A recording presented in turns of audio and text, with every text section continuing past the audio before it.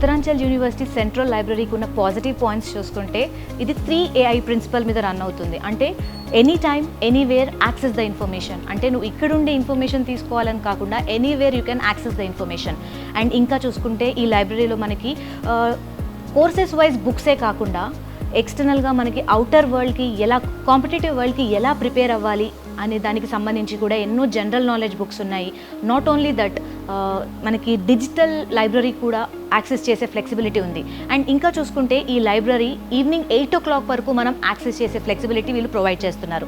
నిజంగా మనకి అప్పట్లోనే ఇంత ఫ్లెక్సిబిలిటీస్ ఉంటే నిజంగా మనం ఏదో చదివి సాధించే వాళ్ళమేమో.